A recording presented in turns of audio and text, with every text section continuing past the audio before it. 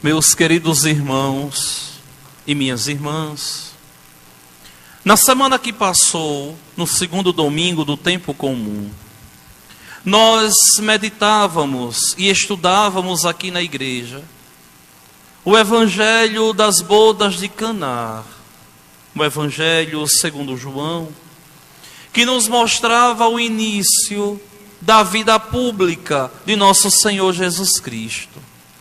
O momento em que ele, convidado com os seus discípulos para um casamento, onde a sua mãe estava presente, ele ali faz o seu primeiro milagre, que o evangelista João chama de sinal.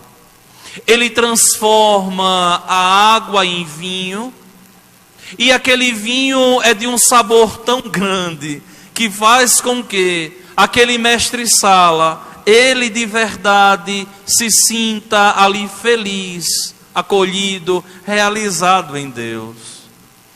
É interessante porque aquele vinho ali representa a alegria que é fruto do Espírito Santo. E eu falava isso para vocês na semana passada. De forma que a bem-aventurada Virgem Maria, ao perceber que o vinho tinha faltado, ela viu a angústia daquele povo e disse ao seu filho que eles não tinham mais vinho, que eles não tinham mais alegria. E dizia ao povo: façam o que ele vos disser. O Senhor manda encher as talhas de pedra, as 6, mais ou menos cabiam 600 litros. E aquelas talhas ali, todas elas têm a água transformada em vinho. E aquele povo se alegra, e aquele povo é feliz. Hoje, de um modo todo particular, nós vemos o início do Evangelho segundo São Lucas, o seu prólogo, a sua introdução, o seu exórdio. E Lucas ali começa a falar, começa a dizer por que ele decidiu escrever o seu evangelho, porque ele decidiu escrever aqueles acontecimentos do momento presente. Porque muitos tentaram escrever a história dos acontecimentos da forma que foram transmitidos, e ele agora faz uma pesquisa com propriedade, com sabedoria. E por que ele pesquisa? Porque Lucas não é apóstolo. São Lucas não é um dos 12. Ele não foi escolhido por Deus para ser apóstolo. Lucas é colaborador de Paulo. Lucas não conheceu Jesus pessoalmente, fisicamente, como eu conheço vocês e vocês me conhecem. O encontro de Lucas com Jesus se dá de forma espiritual, como vocês, como eu, como nós nos encontramos com ele. E a partir daquele encontro que foi único, pessoal, totalmente ímpar na nossa vida, nós agora começamos a segui-lo de todo o coração. E Lucas se encontra com Cristo assim. E Paulo também se encontra com Cristo assim. E ele pesquisa, e ele escreve de uma forma precisa o seu evangelho, endereçado a um homem, endereçado a alguém chamado Teófilo, que nós não sabemos quem é, porque não existem fontes históricas que nos falem quem é esse Teófilo. A exegese bíblica, a teologia nos aceita, nos mostra que esse Teófilo é o amigo de Deus. Teós, Deus, filós, filia, amigo. Amigo de Deus. Todo aquele que é amigo de Deus. Uma carta, um evangelho, um texto endereçado a mim, endereçado a você. E ele, ao escrever esse texto aqui, ele ainda dá a razão pela qual ele escreve: olha, deste modo tu poderás verificar a solidez dos ensinamentos que recebeste. O ensinamento católico cristão é um ensinamento sólido. A doutrina, meus irmãos, que nós cremos, que nós professamos, que nós vivemos, não é uma doutrina humana, não é de modo algum um ensinamento humano, feito, desenvolvido, pensado pelos homens, não. A doutrina que nós seguimos é totalmente divina, é divinamente revelado. E aquilo que nós hoje cremos é aquilo que a igreja crê desde o primeiro século, e são 21 séculos de história. E nesses 21 séculos de história, a igreja continua crendo da mesma forma, do mesmo jeito. E aqui é muito interessante porque nós vemos as pessoas hoje em dia com a cabeça formada, muito relativizada, onde pensam que podem crer e viver a fé segundo a sua própria medida, e não é assim. A doutrina católica não está desatualizada. A doutrina católica não acompanha o mundo por um simples motivo. A doutrina católica não pode ser fiel ao mundo, porque se a igreja é fiel ao mundo, ela é infiel ao seu esposo Jesus Cristo.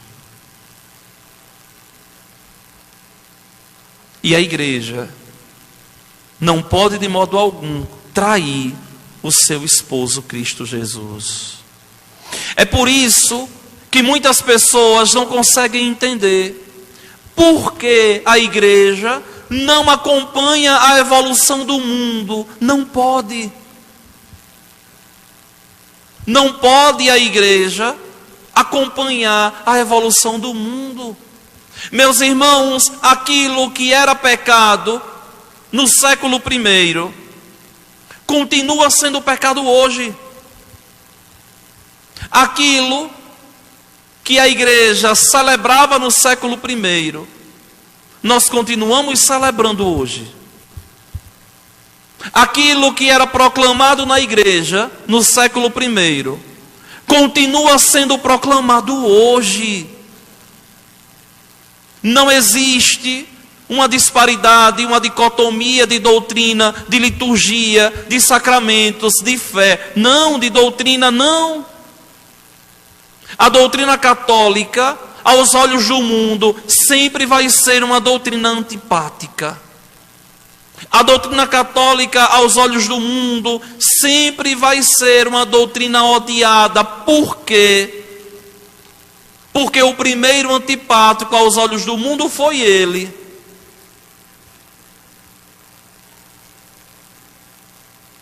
O primeiro odiado aos olhos do mundo foi ele. Não seria diferente com a gente.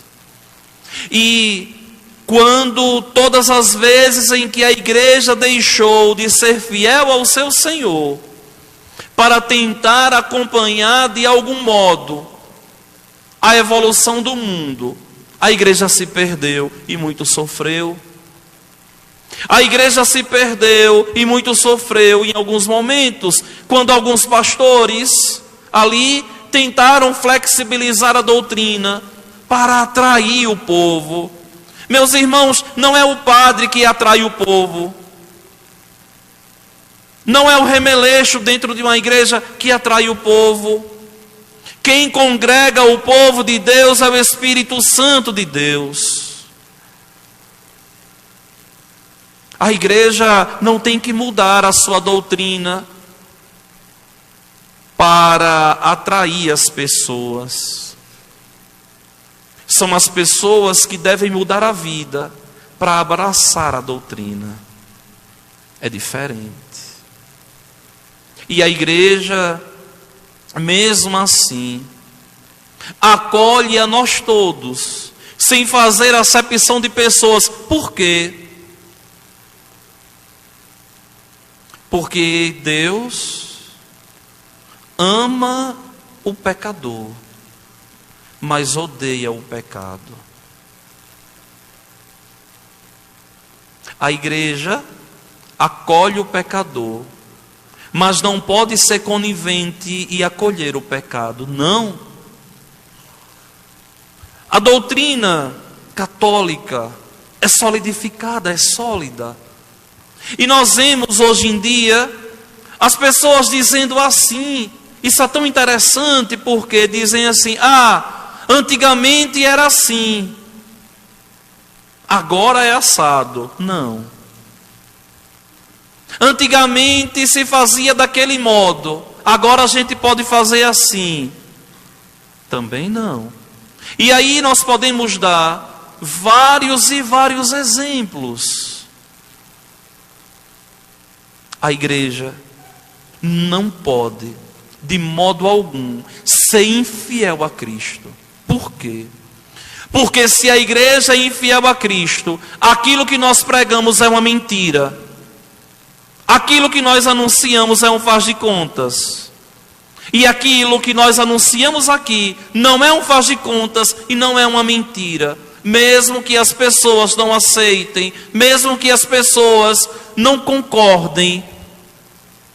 E quem falou que nosso Senhor foi Ele aceito pelos seus? Quem falou que nosso Senhor foi benquisto por aqueles quando Ele veio? Não. Eles não aceitavam, por quê? Porque Cristo causava um embaraçamento. E a história da igreja na plenitude dos tempos começa com João Batista. Quando ele, ao anunciar o precursor, tem como prêmio a cabeça cortada no palácio de Herodes, a mando de Herodíades. Por quê? Porque João Batista pregava, Herodes amava escutar João, mas as palavras de João causavam incômodo a Herodes e a Herodíades, porque ele estava com a mulher do seu irmão. Vocês sabem disso? As próprias palavras de Cristo causavam embaraçamento ali.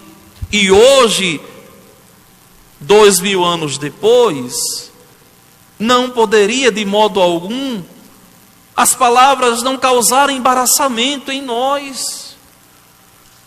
Olha, meus queridos irmãos, nós sabemos que esse mundo que nós vivemos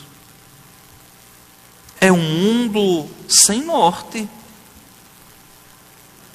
É um mundo que não se tem de verdade valores.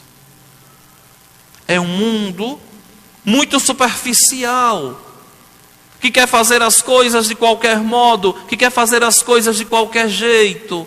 E isso, muitas vezes, vem para dentro da igreja também. Olhem uma coisa. A fé do primeiro século já era eucarística. Os primeiros cristãos acreditavam na Eucaristia, sim. Os apóstolos, quando ele subiu aos céus, na sua ascensão, já celebravam a Eucaristia. Já se confessavam. Já tinham amor à bem-aventurada Virgem Maria. Já entendiam ali que o cristianismo não era uma seita judaica, mas era a religião, a grande religião revelada por Deus. E do mesmo modo que eles lá atrás comungavam, nós hoje comungamos. E da mesma forma que lá atrás eles celebravam, nós celebramos. É claro, mudou o espaço. Os primeiros cristãos se encontravam na Domus Ecclesiae, na casa da igreja, na casa dos cristãos. Quem tinha uma casa maior, era lá o lugar de oração, era lá o lugar da fração do pão. Depois esse lugar passa a ser as catacumbas. Eles celebravam nos cemitérios, Tanto que até hoje a gente tem resquício do altar, que parece um mausoléu. Eles celebravam em cima das catacumbas, porque a religião era proibida. E depois, quando a igreja tem liberdade de culto, se começa a construir os templos católicos. Mas a Eucaristia celebrada na Domus Ecclesiae, a Eucaristia celebrada nas catacumbas, a Eucaristia celebrada na igreja é a mesma, não tem diferença nenhuma. É o mesmo Cristo que se dá em alimento. É a mesma Eucaristia celebrada por nós.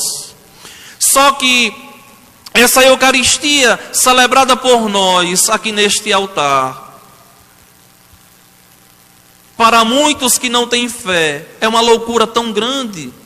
Se ajoelhar diante de um pedaço de pão e acreditar que esse pedaço de pão é Deus. Mas isso aqui não é invenção da igreja. Foi deixado por Jesus. Façam isto em memória de mim. Isto é o meu corpo, isto é o meu sangue. Se a palavra é verdadeira, se a doutrina é correta, nós temos que crer e acreditar e depositar a nossa fé. Nós não podemos desacreditar, porque é impressionante. Porque tem católico que tem uma atitude quase protestante de pensar assim: isso aqui eu creio, isso aqui eu não creio. Se você pensa assim, você já deixou de ser católico, viu? Porque quem é o católico? É aquele que aceita a doutrina na totalidade.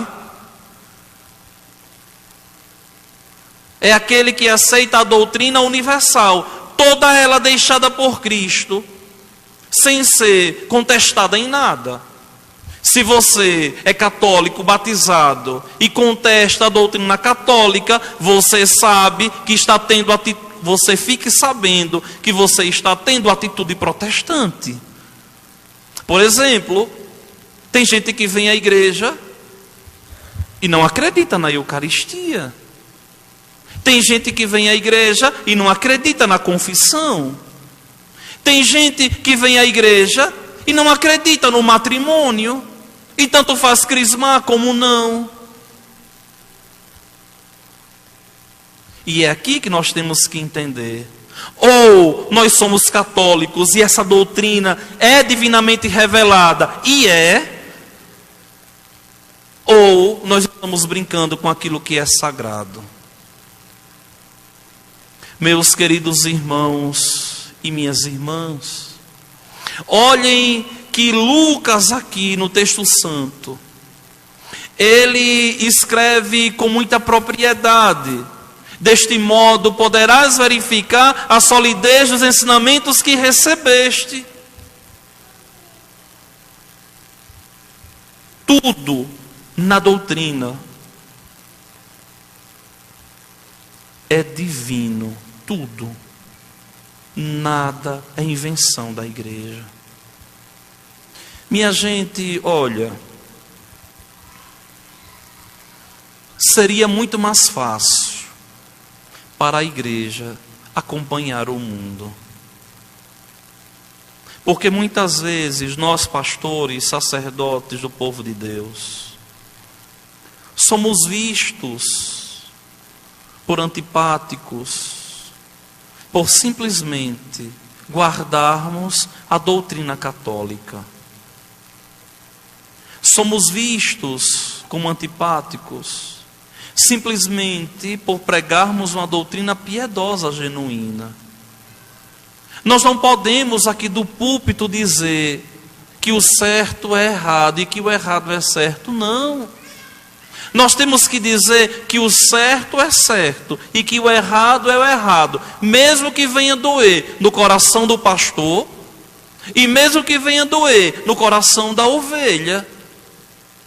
Mas tanto o pastor quanto a ovelha, nós devemos ser fiéis ao pastor Jesus Cristo. Eu dizia ali a Edgar, essa é a 5ª liturgia que eu celebro desse 3º domingo. Uma ontem e 4 hoje. E eu dizia assim a ele ali sentado na cadeira: meu filho, olhe o povo. Esse povo aí não é meu. Eu apenas cuido e administro. E fazia assim: esse povo aqui pertence a ele. Não é meu, é dele. Por quê? Porque se o povo é dele, eu não posso, como pastor, pregar as minhas ideias. Eu seria um mau pastor. Eu tenho que pregar aqui as ideias, a doutrina deixada por Jesus, mesmo que com o meu coração sangrando. Quantas vezes, como padre, vem o evangelho que fala de matrimônio, e já há quase 11 anos aqui dentro da igreja, aqui na cidade, 10 anos, 11 meses e 14 dias, aqui com vocês. Eu, muitas vezes, ficava com o coração e fico ainda doendo, quando tenho que dizer assim: olha, a igreja não aceita o divórcio, a igreja não aceita de modo algum o amaziamento. E muitas vezes contemplando muitos assim na igreja, e muitas vezes a própria pessoa fica assim. Eu lembro de uma vez que uma paroquiana, que eu gostei muito, que já partiu, e gostava muito de conversar com ela, ela me dizia assim: ô padre, é tão constrangedor quando a gente está na assembleia, e o senhor fala essas coisas de matrimônio. Mas é tão constrangedor, mas eu entendo o senhor. O senhor tem que pregar a verdade. E eu dizia essa mesma coisa que eu estou dizendo a vocês, que não é fácil anunciar o evangelho piedoso, genuíno, deixado por Cristo.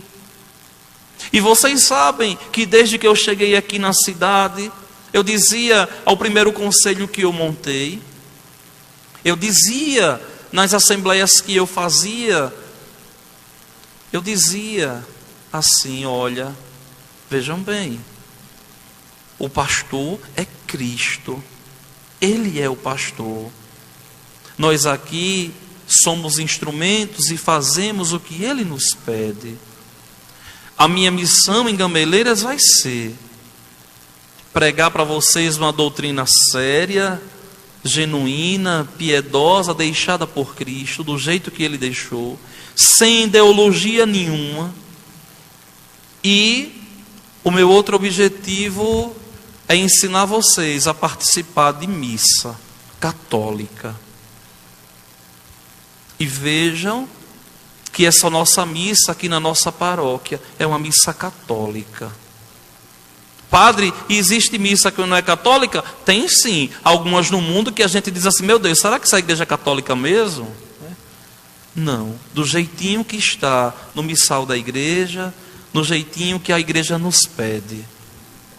Por quê? Porque não é minha, é dele. Foi ele quem deixou, foi ele quem inspirou. A igreja não é minha, não me pertence, eu não tenho o direito de mexer. Vejam que Nosso Senhor era fiel aos preceitos da sua época. Depois que a liturgia nos coloca o primeiro capítulo do Evangelho de Lucas, no mesmo texto, se vocês olharem no jornalzinho, vocês vão ver que dá um salto para o capítulo 4 e se começa a mostrar o momento em que ele foi numa sinagoga. Num dia de sábado, o Senhor voltou para a Galileia na força do Espírito, em virtude de Espíritos. A fama dele se espalha por toda a redondeza. Ele ensinava nas sinagogas e todos elogiavam. E ele veio a Nazaré, a cidade onde ele tinha sido criado. Vocês sabem que Jesus nasceu em Belém, foi criado em Nazaré e morreu em Jerusalém. 3 cidades. Aqui ele vai à cidade onde ele tinha sido criado. Não é Jesus o Nazareu? É. E conforme o costume, entrar na sinagoga no sábado, levantou para fazer a leitura, deram o livro do profeta Isaías. Isso que vocês fazem, ele fez. Entrou na sinagoga no sábado, chamaram ele, era chamado, não é? Não era assim como a gente faz escala, que muitos da liturgia nem cumprem, né? Não é isso não, não é? Não é como o coordenador fica, não é? Na igreja muitas vezes louquinho procurando o leitor, que o leitor faltou. Era assim na época aqui. Ficava lá, não sei se chamava, como é que chamava o responsável, mas quando ele via alguém interessante, ele dizia: vem aqui fazer a leitura. E a pessoa vinha. E Cristo foi chamado nesse dia. Foi chamado, pegou o livro. Vocês aqui têm que entender que o livro não é um livro codificado, tipograficamente feito como esse aqui, mas era no papiro da planta papyrus, uma lasca da madeira, ou o pergaminho, que era o couro do animal tratado e escrito. Se colocava em cima um pau, um fecho, embaixo também, e se enrolava. Cristo abre aquele pergaminho ali, e ali está, por incrível que pareça, por providência divina, um texto de Isaías. Quem é Isaías? Vocês sabem, Isaías é o grande profeta do Messias. Ele anuncia o Messias que vai nascer. Eis que uma virgem conceberá e dará à luz um filho. Ele anuncia de onde aquele menino deve vir, de Belém. Ele anuncia o papel daquele menino. Ele anuncia como aquele homem vai sofrer, que é o Messias, nos cânticos do servo sofredor, que nós lemos na igreja na segunda, na terça, na quarta e na quinta-feira e na sexta-feira da Semana Santa, que iria ser levado ao abatedouro de uma forma silenciosa, não haveria de reclamar aqueles cânticos ali do servo sofredor. E anuncia também aqui o papel, a missão, a identidade de Jesus. Esse texto aqui vocês encontram no capítulo 61 do Evangelho de do profeta Isaías. Capítulo 61 está aqui o texto que ele leu. O Espírito do Senhor está sobre mim. Sim, o Espírito Santo desceu sobre ele, onde? No Jordão. Como? No momento em que ele foi batizado. Por quem? Por João. O Espírito desce sobre ele, como forma de pomba, muito bem representada aqui na paróquia, lá em cima do coro. E uma voz do céu que diz: este é meu filho bem amado, escutai o que ele diz. Este é meu filho bem amado, no qual eu ponho todo o meu bem-querer. Este é meu filho bem amado, no qual eu me comprazo. Escutai o que ele diz. Ouviu? O Espírito do Senhor estava sobre ele, porque ele foi consagrado com a unção para anunciar a boa nova aos pobres. E aqui nós temos que fazer uma interpretação espiritual, não sociológica, porque a igreja não é um sindicato, nem uma associação filantrópica. A igreja é caritativa, que é a terceira dimensão do dízimo, mas não é de modo algum uma instituição de cunho totalmente humanitário, de jeito nenhum, mas uma instituição de cunho totalmente espiritual, porque me consagrou com a unção para anunciar a boa nova aos pobres. Quem são os pobres? A classe dos pobres nas Sagradas Escrituras são os anauins. Quem são os anauins? Aquele povo temente a Deus. Aí você poderia me dizer assim: padre, me dê um exemplo de um anauim na Sagrada Escritura. A bem-aventurada Virgem Maria, São José, Senhora Santana, São Joaquim, Simeão, aquele da apresentação do Senhor no templo, a Ana, a profetisa Ana. Ali eram os anauins de Deus e tantos outros, os tementes a Deus, os vazios de si e cheios de Deus, para anunciar a boa nova aos pobres, aos tementes a Deus. Enviou-me para proclamar a libertação aos cativos. Quais cativos? Aqueles que viviam nas amarras de Satanás. E aqui nós temos um dos grandes papéis da Igreja de Cristo, que consiste em libertar o homem do pecado, para que o homem deixe as amarras de Satanás e viva totalmente em Deus. Enviou-me para proclamar a libertação aos cativos. Ninguém deve ser escravizado pelo pecado. E enviou-me para que os cegos possam recuperar a vista.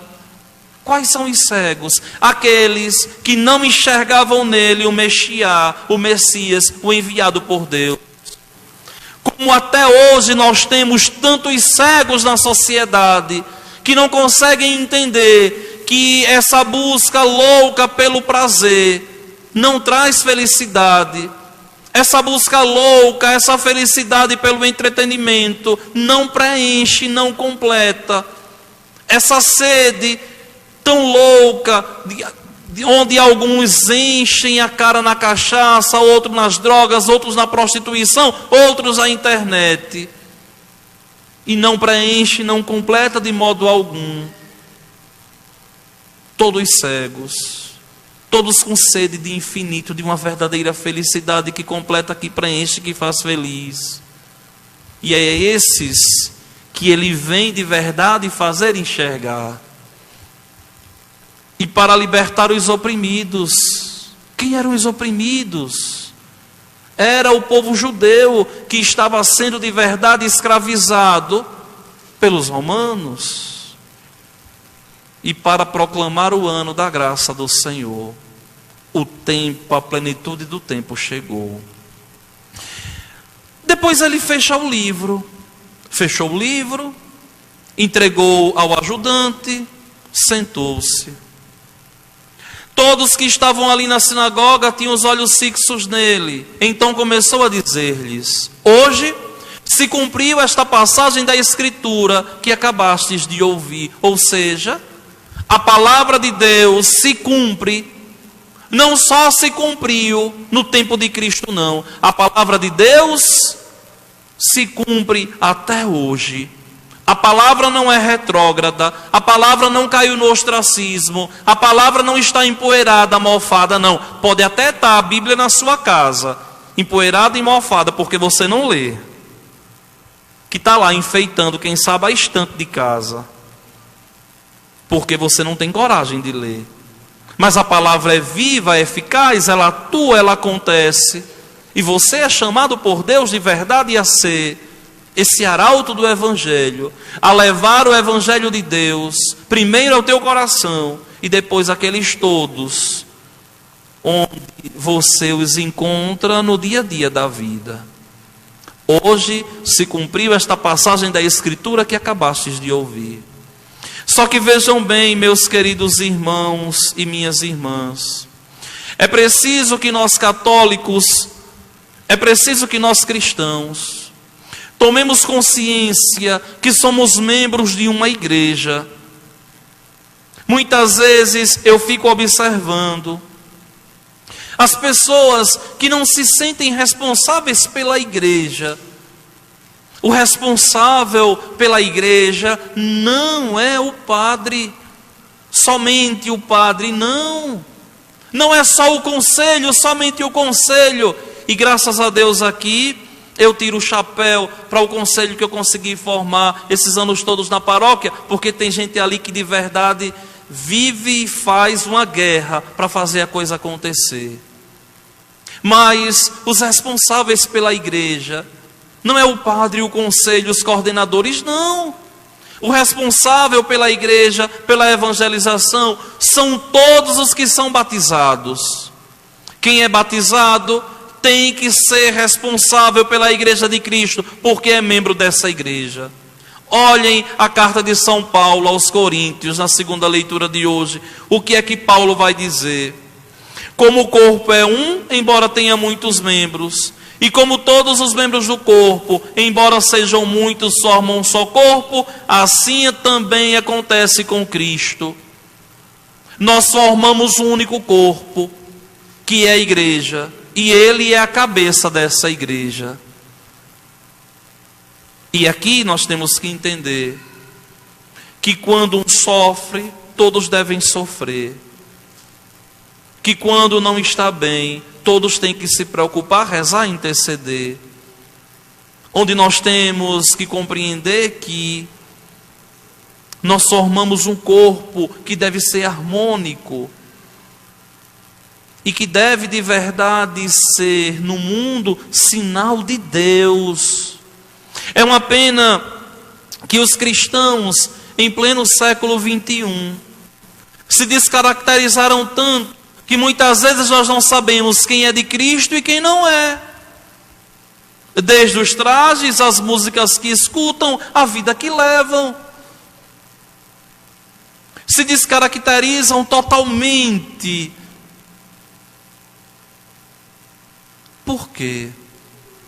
Porque, minha gente, o que eu quero que vocês entendam é que servir a Deus, amá-lo de todo o nosso coração, de toda a nossa força, de toda a nossa alma, como diz o Shema Israel, que é a oração judaica mais conhecida, não nos torna infelizes, nem rouba o nosso precioso tempo que muitas vezes gastamos com palha, com nada. Nós temos que entender que vir à igreja, sentar no banco com a família toda é um privilégio. Nós temos que entender que vir à igreja, participar de uma pastoral, de um movimento, eu estou ocupando o meu lugar, o meu espaço no corpo de Cristo. E é essa busca e essa ocupação desse lugar que vai me fazer chegar ao céu.